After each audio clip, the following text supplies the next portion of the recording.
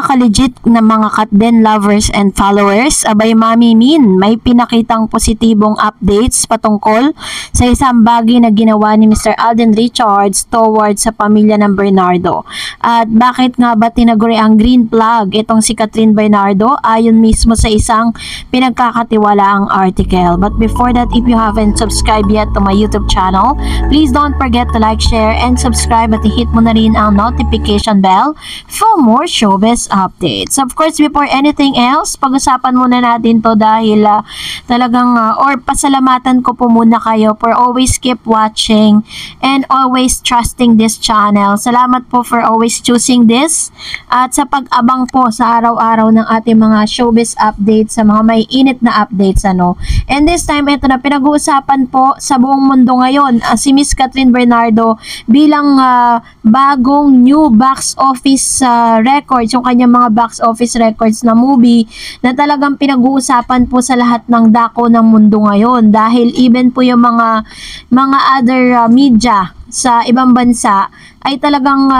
sobrang hangang-hanga sila sa napakaganda na records ni Miss Catherine. Pero alam niyo po ba sa isang article po na ipinost si Miss Catherine Bernardo na tinaguri ang red or green flag?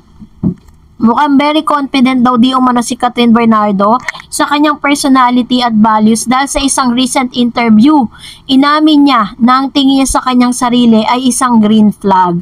Sa isang lie detector test challenge ng Recreate sa YouTube kasama ni Catherine ang kanyang on-screen partner na si Alden Richards, natanong siya kung tingin niya ba sa sarili niya ay isang green flag o yung tipo ng tao na puno ng positive traits and action na walang kabog-abog. Ang sinagot ni Catherine ay yes. Kahit naman po tayo ang tanungin, talaga namang green flag siya. Pero heto na, plot twist, na kuryente sikat. Ibig sabihin, ayon sa lie detector test, baka raw hindi siya nagsasabi ng totoo. Pero wag mag-alala agad namang dumepensa si Alden. Anya, based on how I know Kat right now, it's not really about how you are as a person in terms of bad side. It's how you make the good in you resonate to other people. That's how she is to me and to everyone. O diba? Nung lumabas po yung lie detector test, parang naglalay si Catherine, agad-agad pong pinagtanggol ni Alden.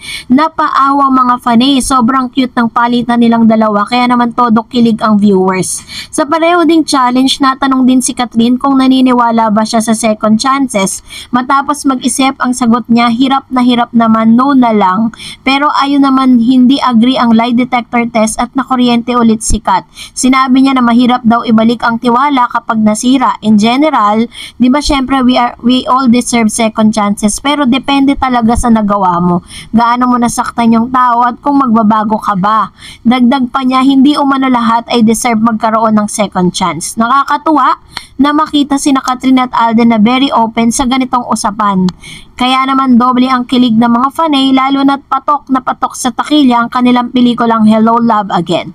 So talaga naman bongga, talaga ang Katden, walang kaduda-duda. So, and talagang masasabi natin na itong mga malalalim na usapan na to, pinag-usapan talaga nila to.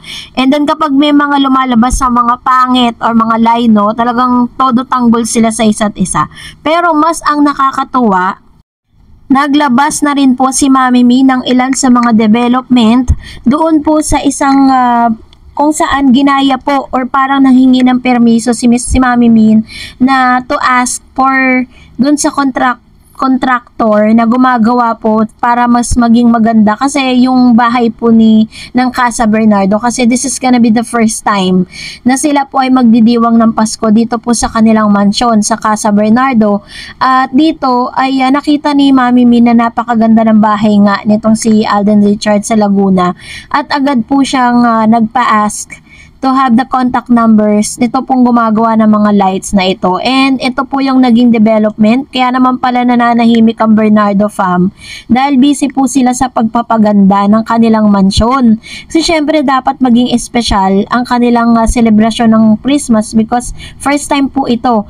At may mga ugong po at may mga bali-balita na parang si Alden Richards ay magpapasko dito po sa bahay mismo ng mga Bernardo fam. So pag nangyari yan at naganap, wow, talagang ito na talaga, that is really the confirmation of everything, at lahat ng mga dudangers ay magtago na. Kasi isa yan sa mga inaabangan natin eh. Tapos kasabay nito ay sinasabi nga na magkakaroon nga ng meeting together, or parang magsasama ang Bernardo fam at ang Paul Carson fam dito po sa mansyon, kasi nga parang in-invite ni Mami Min ito pong mga Paul Carson family na talagang masamahan sila this coming Christmas. Yun po ay lang yun po speculation pa lang, pero wala pang confirmation. Magkakaroon ng makagiging makatotohanan yan pag naganap na yan this coming Christmas. Pero base po sa mga statement kasi, parang nagpapahiwatig na magkakaroon nga ng ganong senaryo between Bernardo family and Paul Carson fam. So nakakatuwa lang kasi kahit po tapos na yung kanilang yung kanilang promo, yung kanila po mga ginagawa while they're doing their movies, but still hindi po napuputol yung kanilang communication. Still ganun pa din, ganun pa rin sila kaklingi sa isa't isa. Hindi man ito na ipapublicize, but still we believe na ongoing pa rin ang communication ni Kat at ni Alden Richards. So antayin na lang natin ang pa-press con. Sana nga bago matapos ang ito pong taon na ito ay may good news na pong mai-announce itong si Catherine at si Alden Richards na pinakaantay ng lahat. And for that, mag-react tayo sa mga komento, reaction po ninyo patungkol naman sa ating latest updates. This is a mix po from YouTube and Facebook page. So mamili tayo doon at magre-react tayo sa inyong mga komento. Let's start off to Sean Aniledak. Talaga naman bawat kibot ng Katden may CCTV. Pag-amin na lang ang kulang. Attorney at Soy T. Ayan, sabi ni Ma'am Shikora, Katden forever pa rin, Dahil totoo yan sa lahat po ng mga ginagawa nila, para may mga human CCTV na nakakakita sa kanila na kahit hindi nila sadyain, talagang makikita at makikita kasi nga mga sikat kasi sila. Sabi ni Haj, ano pala ilong ang napapansin kay Alden, ang ilong ni Daniel tangos lang. Tangos lang pala ng ilong. Ang daming matatangos dyan. Anong magawa ng ilong kung pulpul ang utak? Pulpul din ang utak nitong bashers nyo, we. Tama na ang bash ng bash. Pinapagod lang nyo. Wala kayong makukuha dyan kahit piso, parang sabi niya. Sabi ni Ma'am Chitelma, pero mas maganda kung bagong teleserye. Nakakasawa naman ang Marimar. Kasi marami po kasi mga netizen na gusto nila i-remake yung Marimar kasi tama po yung sinabi ni Ma'am Chitelma. Iba naman, 'di ba? Original na lang kasi mga magagaling na actors and actresses para at least may bago silang karakter na pinoportray. Hindi yung parang kinopya lang, hindi yung ni-remake lang. Hindi yung ni-remake na ng napakaraming mga tao, napakaraming industriya. Sabi ni Miss Mary Shane Limpin, kahit kapwa nila artista, sobrang puri si Alden, sobrang bango. Hindi kamukha ng idol nila, walang pumupuri ni isang artistang. Sabi pa nga nila, tall, ducks, and handsome. Hindi kamukha ng idol nilang Jutes lang. Ayun. So, ito naman yung kanyang opinion patungkol dito. Kasi nga parang sobrang below the belt na rin kasi kung paano po talagang i-drag, masyadong dinadown yung pangalan ni Alden Richards dahil nga ayaw nila kay Alden. Bashers kasi yung mga yun. Sabi po ni Ma'am Chitelma, di lang pahinga ang deserve ng Katden, maging malaking bonus. Tama naman, sabi ni Ma'am Chitelma, pero mas maganda kung bagong teleserye, nakakasawa naman yung Marimar. Yan, tama naman si Ma'am Shino na parang hindi lang nila deserve yung talagang total rest. Yung talagang pahinga, as in wala silang iniisip. Parang deserve din talaga nila yung bonus dahil sa sobrang laki ng kinita ng kanilang movie. And I believe na meron yan. Imposible pong wala. Kasi parang talagang historical po kasi yan. At syempre masaya din ang Katden, si Kat at si Alden dahil talagang payaman sila ng payaman. Sabi ni Miss Mary, kahit kapwa nila artista, sobrang puri si Alden, sobrang bango.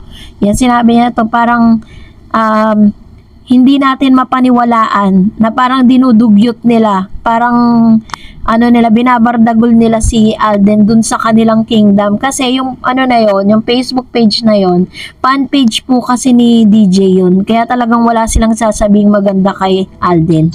And that's it for today. For more videos and updates, please don't forget to like and subscribe. And please don't forget to follow my Facebook page, Dar Eds TV. God bless everyone!